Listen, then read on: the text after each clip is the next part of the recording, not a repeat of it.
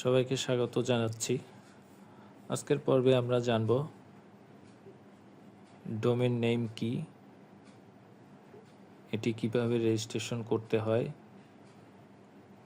এর মালিকানা বা হুইজ ইনফরমেশন কিভাবে খুঁজে বের করতে হয়, এই জাতীয় কিছু বিস্তারিত ইনফরমেশন জানব।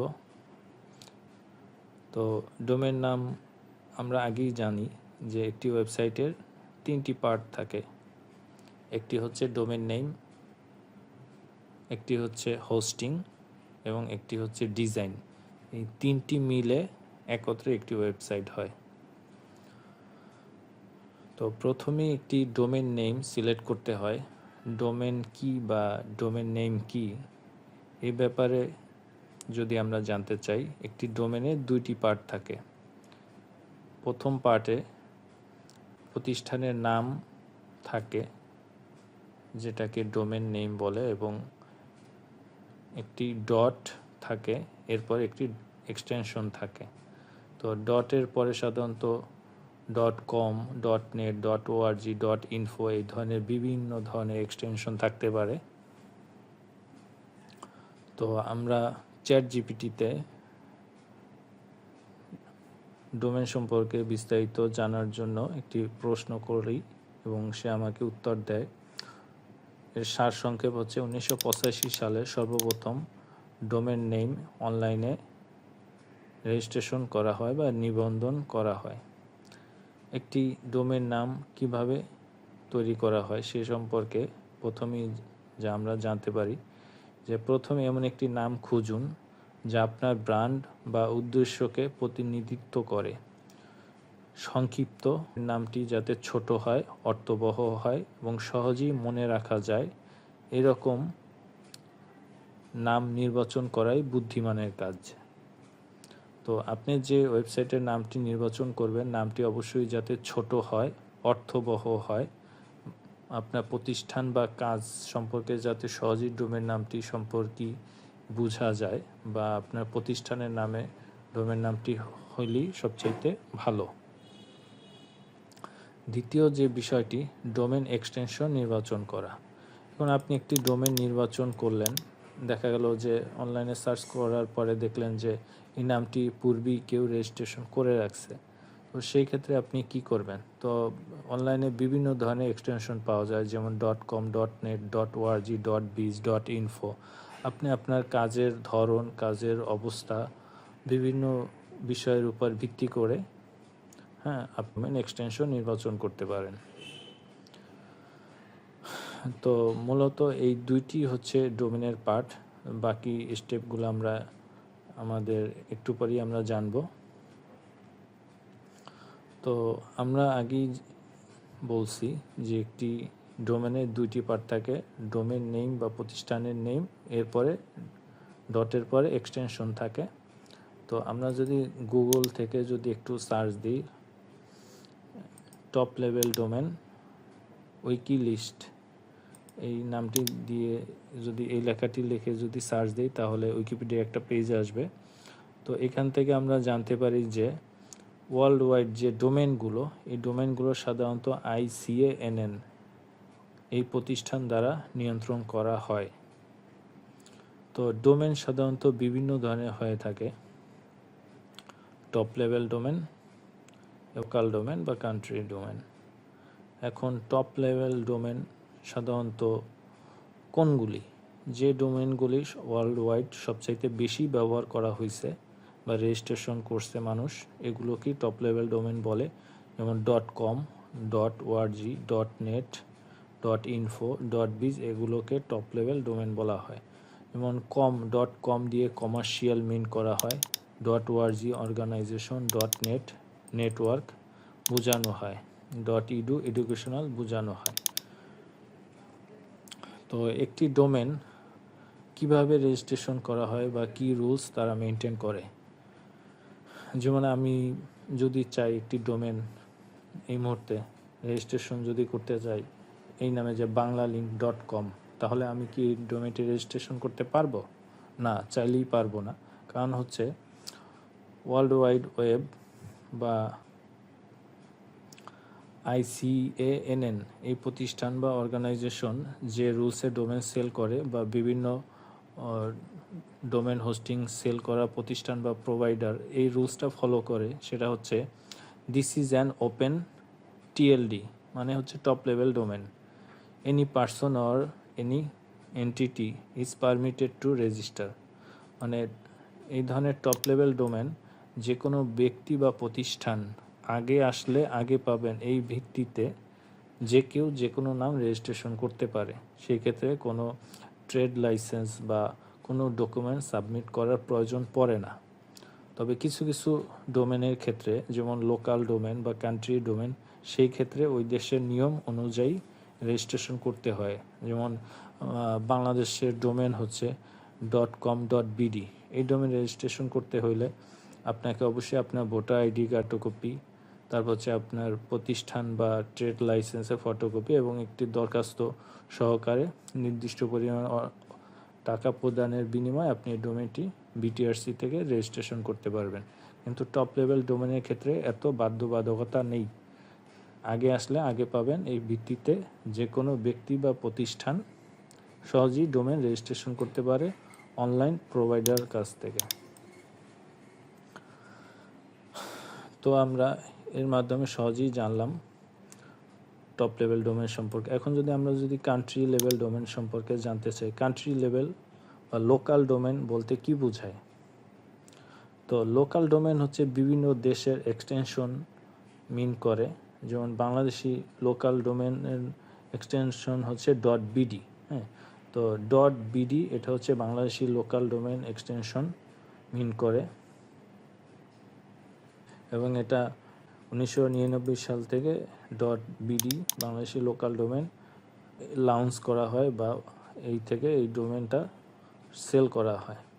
এছাড়া বিভিন্ন দেশে কান্ট্রি লোকাল ডোমেন এখানে আমরা দেখতে পাচ্ছি। যেমন আমরা যদি বাংলাদেশ দেখলাম BD, বিআর, ব্রাজিল, এরকম বিভিন্ন দেশের লোকাল ডোমেন এখানে আমরা দেখতে পাচ্ছি। সব দেশের লোকাল ডোমেন থাকে।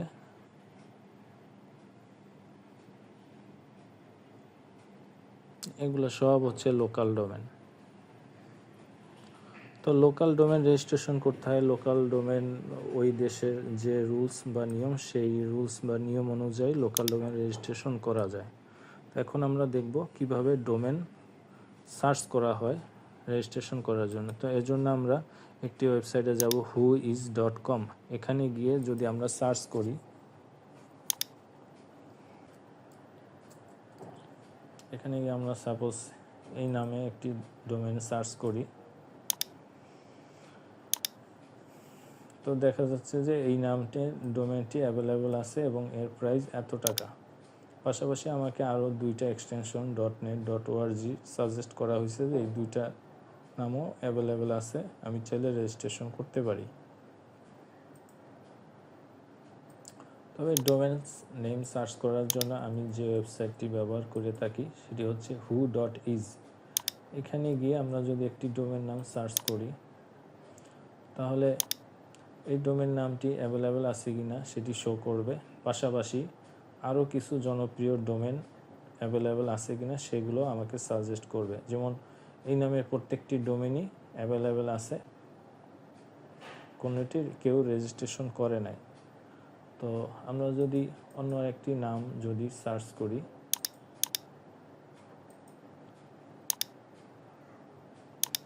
তো দেখা যাচ্ছে যে এই নামের এই ডোমেনটি বাংলাদেশ নিউজ, এই নামের ডোমেনটি এটিও অ্যাভেলেবেল আছে, কিন্তু এটি কেউ রেজিস্ট্রেশন করে ডোমেনটি পার্ক করে রাখছে বা এটা বিক্রি করার জন্য কেউ রেজিস্ট্রেশন করে রেখে দিছে।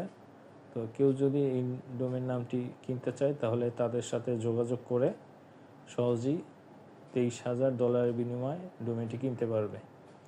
এছাড়া .net এটি টেকেন, .org অ্যাভেলেবেল আছে, .co অ্যাভেলেবেল আছে।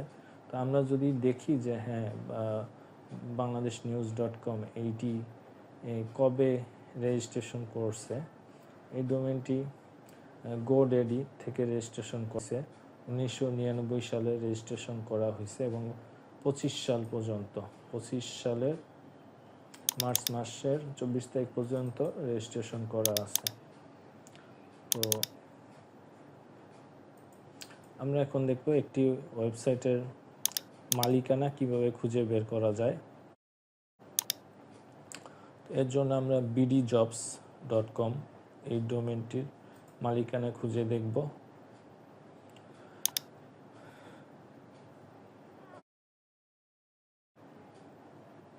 bdjobs.com অলরেডি রেজিস্টার, তো .com টেকেন, .net অ্যাভেলেবেল আছে, .org অ্যাভেলেবেল আছে। তো আমরা এখন bdjobs-এর হুইজ ইনফরমেশনটা যদি ডিটেলস জানতে চাই তাহলে দেখতে পাচ্ছি যে এই ডোমেনটি নেটওয়ার্ক সলিউশন LLC এদের কাছ থেকে রেজিস্ট্রেশন করা হয়েছে।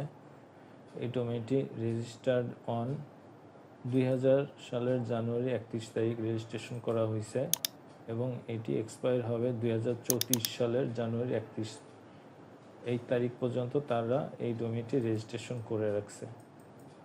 এবং একটি ডোমেন 1 বছর মিনিমাম 1 বছর রেজিস্ট্রেশন করতে হয় এবং একসাথে একাধিক বছরের জন্য একই সাথে রেজিস্ট্রেশন করে রাখা যায়। এবং এই ডোমেনে অন্যান্য ইনফরমেশন যেমন এই ডোমেনটি কোন প্রতিষ্ঠান রেজিস্ট্রেশন করছে, তাদের নাম, ঠিকানা, ফোন নাম্বার, ইমেল অ্যাড্রেস সব কিছু এখানে আমরা দেখতে পাচ্ছি। তো এভাবেই আমরা একটি ডোমেনের মালিকানা খুব সহজেই খুঁজে বের করে দেখতে পারি।